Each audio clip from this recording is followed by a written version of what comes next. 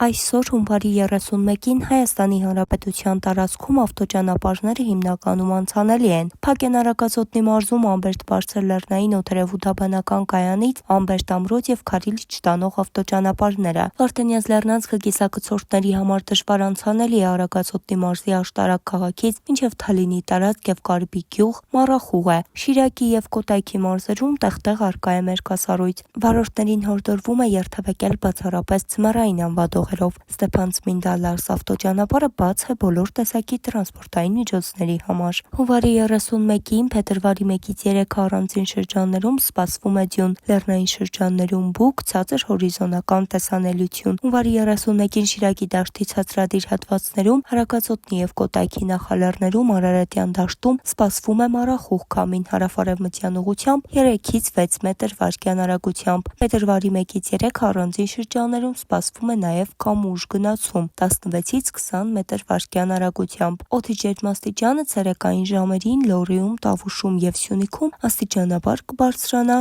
5-ից 7 աստիճանով։ Դե ինչ այսօրվա համար այսքանը, մնացեք Օրագիր Նյուզի հետ։